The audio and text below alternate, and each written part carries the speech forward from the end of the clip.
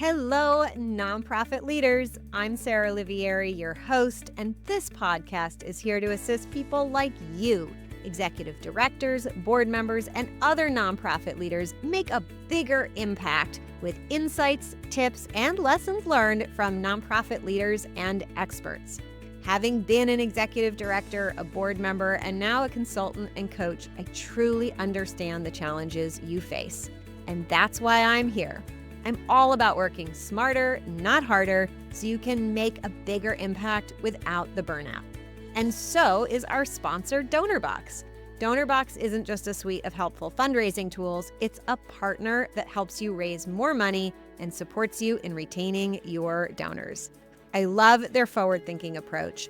Visit donorbox.org to learn more. And don't forget to sign up for the Inspired Nonprofit Leadership newsletter, where you'll get bite-sized, actionable tips just for nonprofit leaders like you, delivered weekly to your inbox. Sign up at inspirednonprofitleadership.com/sign up. Okay, let's dive into today's episode.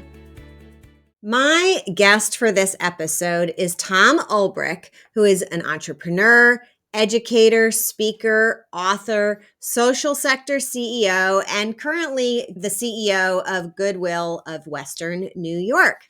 He is a member of the Forbes Nonprofit Council and executive in residence for entrepreneurship at the University at Buffalo School of Management. He's an entrepreneurial leader with broad-based management experience in both the for-profit and nonprofit sectors, and his passion for social innovation is focused on nurturing strong relationships and building consensus across diverse groups of stakeholders in the academic, for-profit, nonprofit, and government sectors.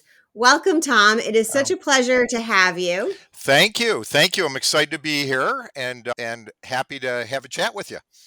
Yeah, absolutely. Well, before we dive into things nonprofit leadership or all leadership, because I like to think nonprofits are businesses that are just more complex. So they just need like better leadership, but it's the same stuff. We would agree on that one for sure. Excellent. Well, but before we dive into that, I'd love to just round people out as whole people. So would you share anything about yourself personally? Sure. To let our audience know you a little better. Sure. So I think the most important thing for me right now is I have 6 grandkids. So Woo! super excited about that. Just came back from vacation a week with them down at the lake. So lots of fun. But background wise, I'll just say really quickly, I have a very eclectic background. So I started in a family business, a large retail garden center, Christmas tree farm. My dad was a forester and I kind of followed in his footsteps. My first degree was actually in ornamental horticulture and landscape design. Later, I moved into the academic world, like in my mid 40s. I actually didn't go back for my MBA until my kids were growing. So I got my MBA like in my mid 40s, ended up at the University of Buffalo through some interesting twists and turns and did a lot of work there around entrepreneurship and social innovation. And just prior to coming to Goodwill, I had a dual appointment at the university at both the School of Management and the School of Social Work. And I was working on the intersection, what I like to call the intersection of the for-profit and the nonprofit sectors, and doing a lot of work around how can nonprofits be more conscious of the need to run their nonprofit like a business, and how can businesses lean in harder to think about how do we measure success beyond the bottom line. So a lot of work around the triple bottom line, people, planet, profits type of work, which led me, long story which we won't go into, but which led me to Goodwill. I was recruited, kept saying no and was eventually, the entrepreneur in me was challenged and I did it. So I've been here just 5 years. Best decision I ever made and a perfect fit for me right now, given my background and career, and just love. I get excited every single day to get up and come into work, which makes it really, really simple. I wouldn't even call it work, actually. I'd call it a passion project. Yeah. Well, I think that's how work should feel for all of us. It should feel like we're doing something that we're really passionate about and we get to change the world in some way that is meaningful to us. So I love that you are in your perfect place and you've hit on some really important things in your journey, right? This intersection. And so I want to pull that apart a little bit. let's start with I like to make sure we're bringing everybody along. For those folks who haven't heard of the triple bottom line, can you just spell that out a little for folks who that's a new term for? Yeah, so it may be a new term for some folks, not really a new term in the the business world or especially in the nonprofit world. Right. So really thinking about there's more that you can measure than just profit. So in the for-profit world, people, planet, profit. So we were always thinking about profits. When I taught in the MBA program, we're always talking about your job as a CEO is maximize the bottom line. But the world is demanding that we measure success by more than just profit. And I think the current younger generations are really driving that shift. Profit's still important, but at the same time in the for-profit world, people are looking, they want to join an organization that has a purpose. They want that organization be sustainable and treat the planet well. And if you flip that around in the social sector or the nonprofit world, I think where this applies is often, not always, but often in the nonprofit world, the word profit, which of course we don't technically have a profit, but that thought of running your nonprofit like a business is sometimes frowned upon. And the way I like to look at it is when you think about the triple bottom line is the better we run our nonprofit. And again, you said it in the introduction, to me, it's a business, it's a tax status more than anything, right? Right. I Everything mean, else. though technically you can have a profit as a nonprofit, you just can't distribute profits to Exactly. owners, right? Exactly. That's the technical piece, Yeah. right? And I think a lot of people get tripped up on that. So, like, I like to pull that out. Technically, what are we talking about Right. that you can't have as a Right. And you nonprofit? can carry that and you can, put Right. in the mission, but that fact of that I guess the message that I was would love to get across for people, it's okay to do well financially while you do good work. And Yeah. I think sometimes in our field, there's a bit of a martyr mentality. Like if you're going to go into nonprofit, you should not make a good living. You're going to suffer. We don't think that way here. And I believe that more and more leaders are thinking that way. More and more boards are thinking that way. We want to attract talent. We want to have great people. So that's really a long explanation of the triple bottom line.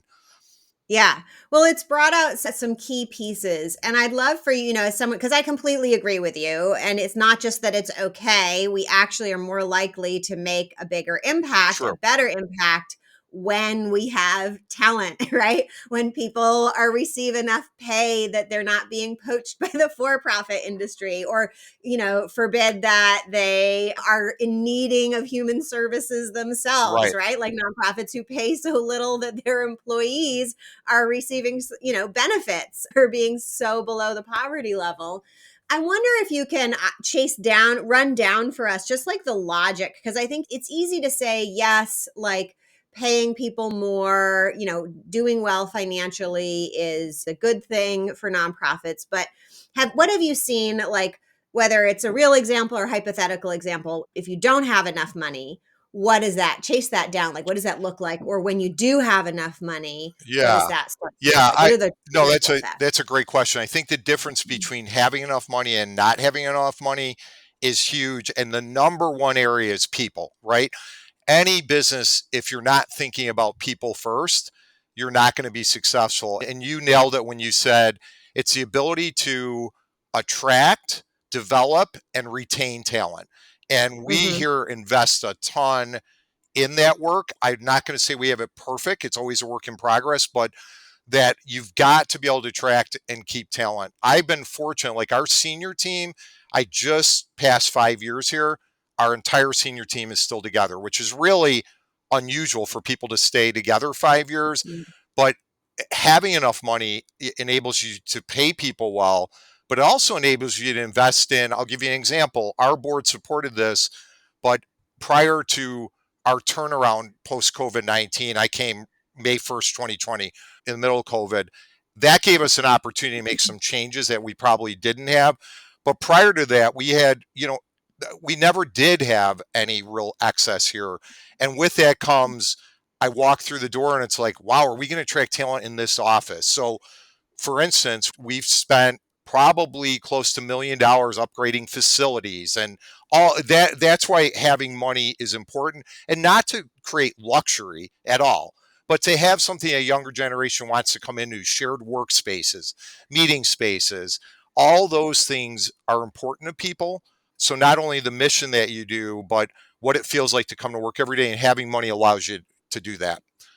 Yeah. And then what is that? And I'd love to like run that down. So it allows it having so Yeah. what let's start with the leadership team. What Yeah. is having the same leadership team for 5 years? What has that unlocked for you Yeah. that wouldn't have been possible if you were dealing with turnover at the leadership Sure, sure, level? sure. Well, there's the obvious consistency, and I think maybe a good way for me, you asked for an example. A good way to tell it would just be Goodwill's story from COVID-19, right? Yeah. I came May 1st, 2020.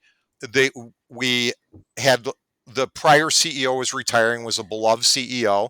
A lot of the work that we had done was state funded, working with people with disabilities. That all ended. All that funding went away. The entire leadership team left with the leader, and then when I walked through the door, we were closed and we had like 45 days of cash or something like that. So first of all, when we didn't have much then, but what do you bring in as an entrepreneurial business leader?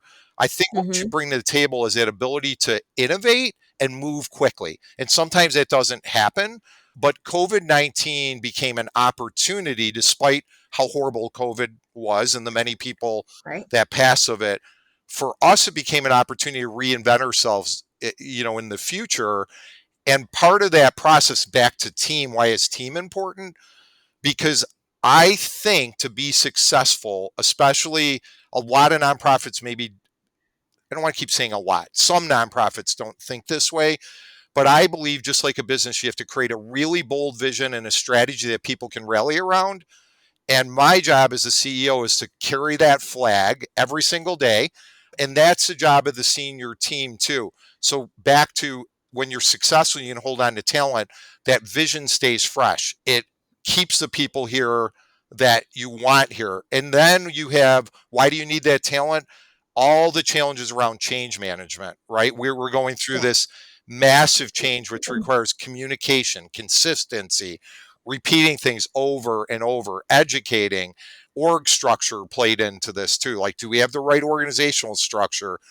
And all of that together is really the ability to move quickly, to innovate. And I think entrepreneurs are that, you know, if I talk about my strengths, iteration and innovation are my strengths. What are my weaknesses as we come back to team here?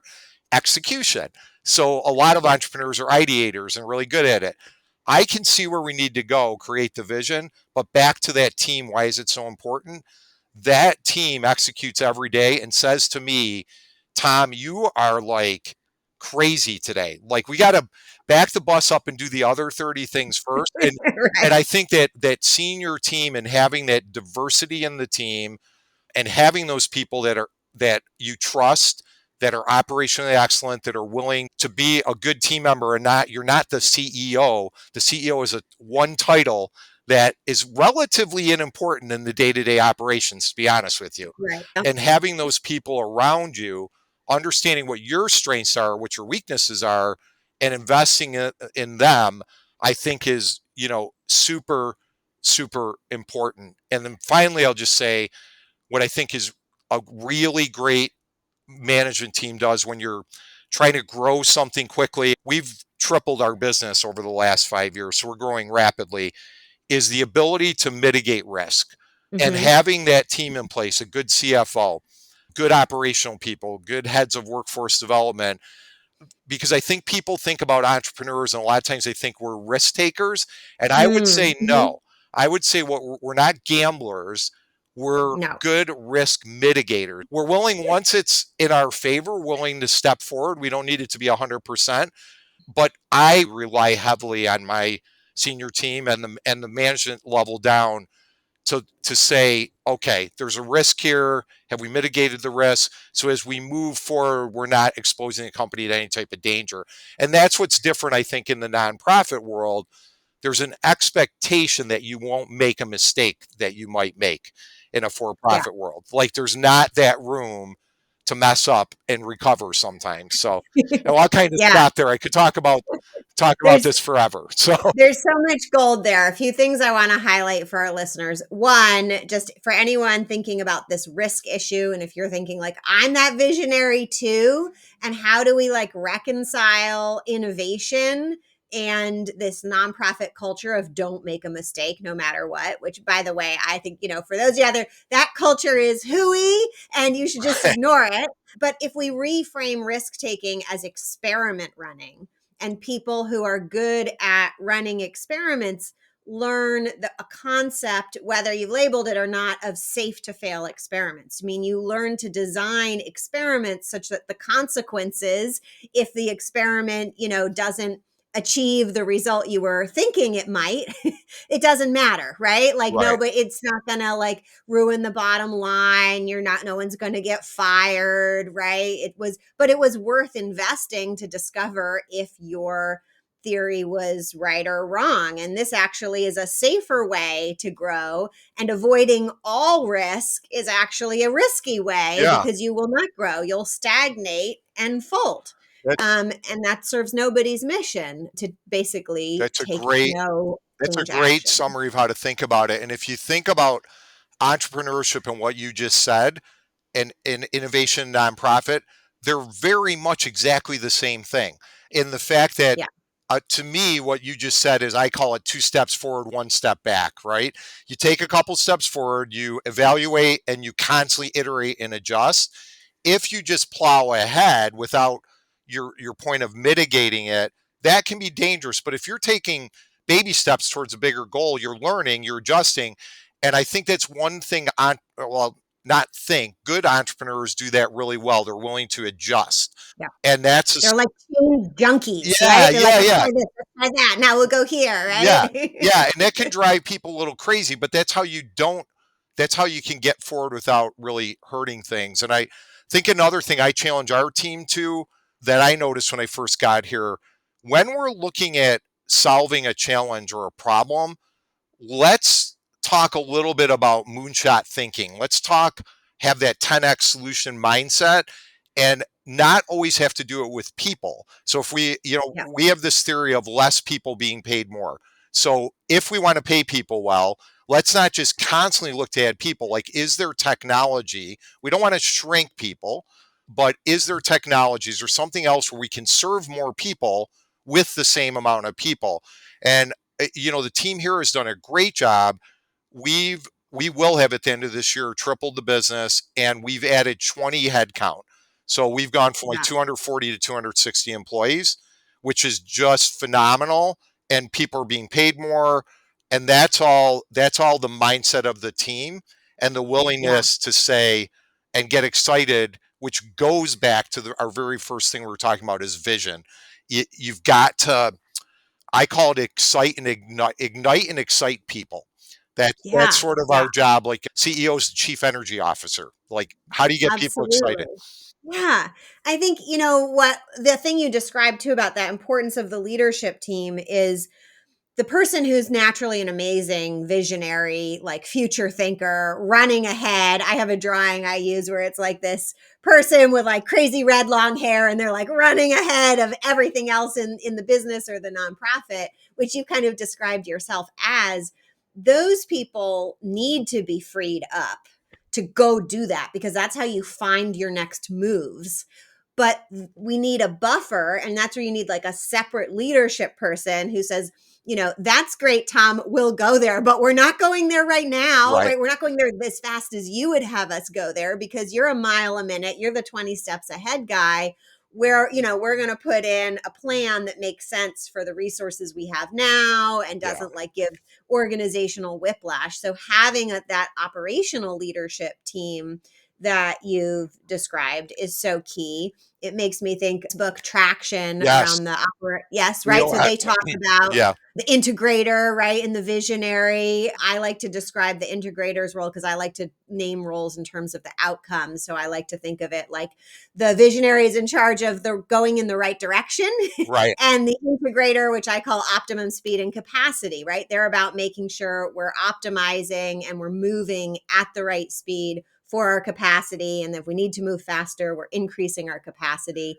And it's like one is saying where and the other one's saying when. And that's how we get this That natural leadership. that is a great description, and I'm glad you brought up Traction and EOS. So Gazelle's EOS, like all those tools are everybody on here should be looking at that simple type of operational tools. Yeah. I'd say the other thing that I think is really important, you use the word whiplash. I love that description that I don't cause that whiplash. The other thing I think that visionary leader where we have to be really concerned about is, in my case, is I'm always telling my team, remind me to celebrate the wins. I Yes. have to be careful not to always move the goalposts. Like that's just my mindset is like, okay, Right. it's like this continuous improvement, and it is so destructive to the front line team because I think it feels like, gee, this guy is never ever happy, and it's not that I'm not happy. I just see more out there, and that would just be one other tip I would give those visionary leaders is remember to celebrate. And I'm so bad at it that I have to have my team remind me to do it. And You got to delegate the reminder yeah, yeah, and the celebrations. yeah, to Yeah. make Yeah. sure like, wow, this is great. We made budget again. We have a celebrate whatever it is. And it's not the big goals. We always celebrate them. It's the little wins that you have to do every single day because of the fact, I think as I get older, the one thing I've really learned is leadership is just all about human psychology and people are emotional beings. And when we forget that every one of us is unique and different and reacts to things differently, when we forget that, and when it comes to things like those small celebrations, it's a big deal. Like to me, I don't care if you celebrate my birthday. Other people, that's a massive, massive thing. And I have to sort of get out of my own head trash. And I Yeah. can't. I can't sometimes. So, but that's where you need to delegate to your team and be able to have that. I'm going to call the senior team a collegial conversation, not a leadership top down, but we're a Right. leadership team. We're Yeah, because we're talking about balance yes, here, right? Of right how where we're going and how fast we're going. Those two things. If you let the visionary just call all the shots and be the top decision maker, you're going to get organizational whiplash. They need to be aware. They need to, delegate off the yeah, things. It's like we said, your weaknesses, but it's not even just your weaknesses. That is the nature of how businesses and nonprofits need to be run. And the flip side that I see of that happening in organizations is where you have a visionary, kind of entrepreneurial minded, maybe they're the founder, and then they don't have the leadership team or enough of a leadership team to operationalize, and they get stuck being the operationalizer. They're not amazing at it. And it burns them out because they're not doing that visionary thing. We talk about celebrating wins, like for the visionaries, just being free to like go out and be a visionary, that's their win, right? right. So like I now get to look at the next thing, right? That idea was, that's over, right? My team is starting to implement it, right? Old news. Right. But for them, that's new news. They're starting to implement it. Those types of operator people, which is going to be the majority of people in your nonprofit, they need those. For them, getting an output is like a win and they need to Right. celebrate that, right? Whereas the visionaries just being free to go explore the next idea, that feels like the celebration. That's Yeah. like the vacation. Yeah. Yeah. And again, we're back to team, but team is just, we started with team and we're still here, is just so important. And again, I think another skill a lot of entrepreneurs had, which suited me well coming into Goodwill in crisis, we're often really good at managing chaos. That like, how do you Mhm. find funding? How do you build your team? How do you do this? What we're not good, again, back to surrounding yourself with good people, is I think that Goodwill's next CEO, we've gone through this rapid growth, will probably be more of a manager type of person, right? Like, Hmm. yeah, there's Yeah. a period of time for this type of leader, and then there's a period of time for the next type of leader. And I always say to the team here, you have to know sort of like where your sweet spot is. And Yeah. I can tell you this, you might want me running $100 million company, but you don't want me running a public traded company. I wouldn't have a clue what to do. And we all have to kind of know like where our spot is and know when to pass the baton too. And we're Yeah. starting to Yeah. think about succession here now, not in the near future. But again, I know you do a lot of this work. I think about succession planning can be a 3 to 5 year you know event versus Yeah. you want it to be a process, I should say, and not be an event like somebody gets sick or somebody walks out the Right. door, and in order to keep the culture and everything else moving forward. Yeah. Yeah, to float my own radical ideas about it. I think succession planning is something that you're always doing for every role. Yes. Even when I teach like hiring at any suddenly, you are always building your list of candidates that you'd like to hire. Always. It shouldn't be something you start when you have a job opening coming up. You should just be like building your network, taking names. Ooh, I'd love to work with that Yeah. person someday, right? Building that list so that when it is time to actually make the change, you have a rich list of candidates, and maybe some won't be available at that moment, but that's fine. And I also think that, this idea that you're just right, like there are, these phases of when a business or a nonprofit is in like a growth and innovation phase and when they're in more of a stabilization phase. For me, because I don't really like, yeah, I know we need the CEO job title because it's like so programmed into everybody's brain. But like you said, like it's just a title. Hmm. It's not necessarily something that's going to be like it's not the job description, Right. right? And the job description actually I think needs to be tweaked for the individual person, right? But if we separate out like the key functions in a nonprofit from the job descriptions, what we get is a model that's it's more resistant to people changing. Like people can change, but the way the organization is essentially run stays more consistent. Yes. And then when you think about these, for me, when I think about how do we adapt to these periods of more innovation and growth and more stabilization, for me, rather than changing from a visionary CEO to a less visionary CEO, I would make sure I still have someone in the visionary seat, but that job may be less work. Or maybe we have someone who's in the top visionary seat and also really in a seat around envisioning how our program is going to innovate. And then we still have that optimum speed and capacity seat that might become a bigger role. So you might actually think about replacing yourself if you're losing a key visionary. You want to bring in a key visionary. Do they need to be the CEO?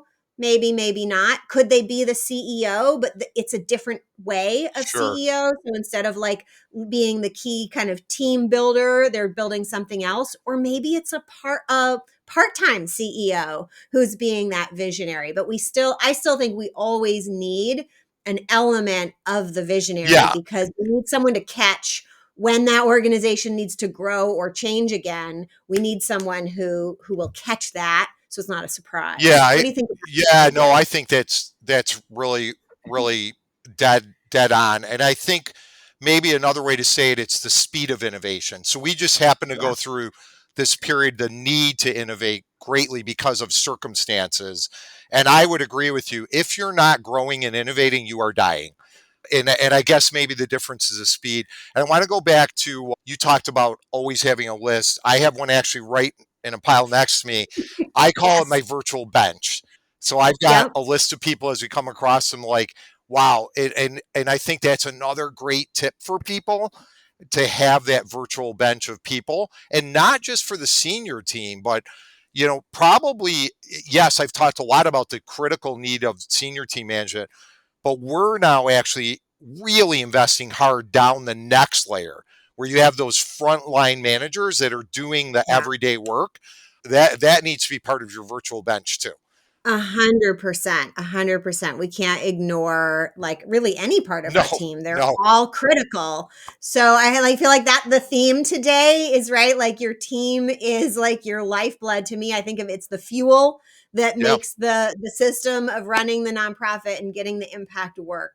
So with that, let me kind of wrap us up with one really important question for me to ask your innovative mind is what are you thinking when it comes to like team and AI and how that's going to affect how many people need to be running an organization like Goodwill? You know, you're involved with, you know, workforce development. What are you thinking about your team, Yeah. the future of your team, and the role of AI? So I don't think we can ignore AI. I don't think anybody can ignore AI. How it's going to fit in, I'm not sure. What we're doing here right now is just starting to we're a little bit behind, if I'm being honest, when I see what other people are doing. But we've got a policy in place. There's a lot of nervousness about working with people we work with and making sure data is not breached and all that. But we're just in the final process of selecting and interviewing AI tool. So people that Mm-hmm. we're training for jobs can not just get the work from us, but can also use the tool, which will allow us to, that's just a simple way to handle more people. Same with resume prep, all of that. And I was just recently thinking we're going to need on the senior team, in my opinion, someone that's really, really focused just on AI. It may not be their only job, but I love what you said before about, well, it doesn't have to be a full time person, or it doesn't have to be that person's full time job, but somebody that's looking at it. So the way, as we kind of wrap up, the way I think about this, to answer your question more broadly, is we as leaders, I think, have to constantly be looking at structural org charts.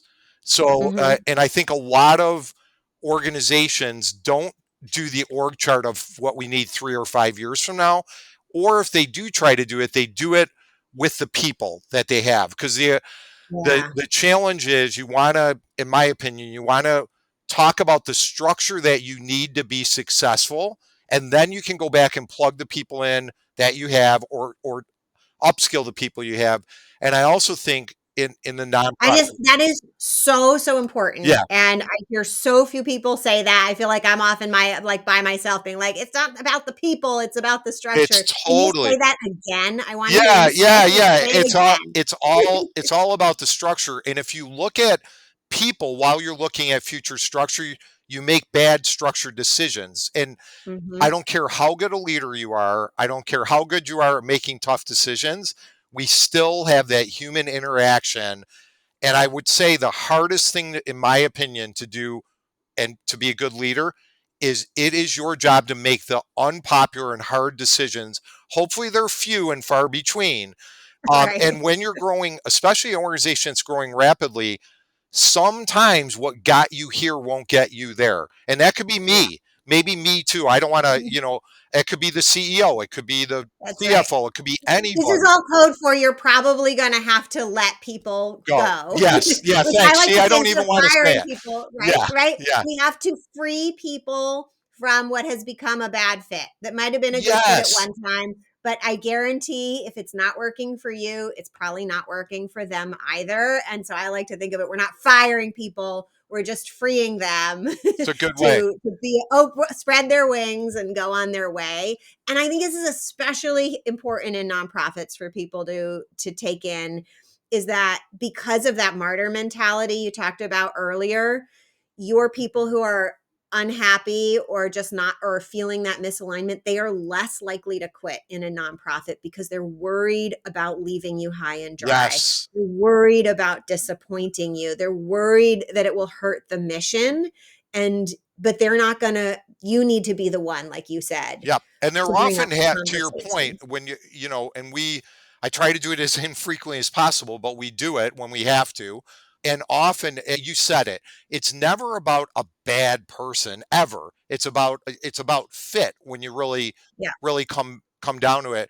And I would say too, what you have to be careful, if you're not willing to make those hard decisions, I know some people don't like the term ABC players, but your top people, your A players, which to Yeah. me are people that are highly productive and fit your culture. That's how I kind of define that. Yep. Those people can walk out the door at any given minute. And if you surround those people with people that just aren't quite getting it done, they might be great people, nice people, but you've outgrown their talent at this time, again, fit, as you said, you're going to lose your good people. And now we're back to the where we started this conversation is why is this so Absolutely. important? Yeah. People, you need good people. Yeah. It's so true. And, I just said good people, and I'm going to correct myself because it's really about what you said. It's about alignment. It's Yes. about people who want to be in your organization doing the work that needs to be done. They want to get the results that the organization needs, and they have the right cultural alignment with your organization. Everyone, I believe, is a good person. I'm not religious, but I was raised in Quaker institutions, and so there has been instilled in me everyone has good in them. There is no good person, bad person, but there are right fit situations and wrong fit, bad fit situations, alignment and misalignment. Yes. And that's the thing that we're selecting for as leaders in people and in our work, right? How we deliver our programs also needs to be in alignment. Topic for another day, but I know you had mentioned you had state funding before you came in. So often I see nonprofits just accept ways of doing things that come with accepting government funding. Mm-hmm. That are not in alignment with the way they really believe things should be done. And when I run into those organizations, I'm either a good fit because I'm like, we're just going to raise independent money and do things the way we Want to think do is it. right. And I don't care that the government's giving you a couple $1 million. There's someone else who wants to give you a couple $1 million with no strings attached. And other folks are just like, no, we're afraid and we're going to just keep doing this way, even though it makes us unhappy. And I think that we talk about people, and you came on, you started talking about being an entrepreneur. I think the entrepreneurial leaders out there, they don't accept misalignment as okay. And they're like, I'm going to find another way no matter what. Right. Right. Yeah. Because otherwise you get into the famous mission creep, right? Where Yeah. you're Mission creep, chasing money martyrdom. and all those things that you shouldn't do. I love it. All right. So for folks who are thinking, oh my God, I love what Tom's saying, what would be, you're busy running your nonprofit, but who should be reaching out to you, and what is the best way for them to do Yeah, that? so leaders can reach out to me if they need anything. I'm happy to chat with somebody. The easiest way to reach me is Thomas Ulbrich on LinkedIn. I also have a newsletter on LinkedIn where I share a lot of these thoughts and sort of long career. I've been brain dumping a lot of this stuff. So if people are interested in learning more about what we're doing here and just general thoughts about leadership, please go to LinkedIn, and that's the best way.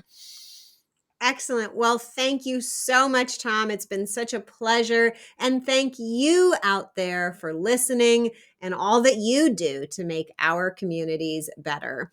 I have a quick favor to ask of you. If you can share this episode or any other episode you found helpful with a friend or colleague that you think will benefit from it, that will help them. It will make you feel good, and it will help the algorithm spread the word around this podcast to other folks out there who are searching for resources and guidance. And of course, as always, leaving a review and clicking the subscribe button always helps as well. Until next time, all the best. You've been listening to Inspired Nonprofit Leadership. Thanks so much for tuning in. Be sure to subscribe so you don't miss a single episode or the bonus episodes. And while you're at it, please leave a rating and review, and be sure to share with your friends and colleagues. Tune in every week for more useful insights and wisdom on nonprofit leadership. Thanks so much for all you do for the communities you serve. Until next time, all the best.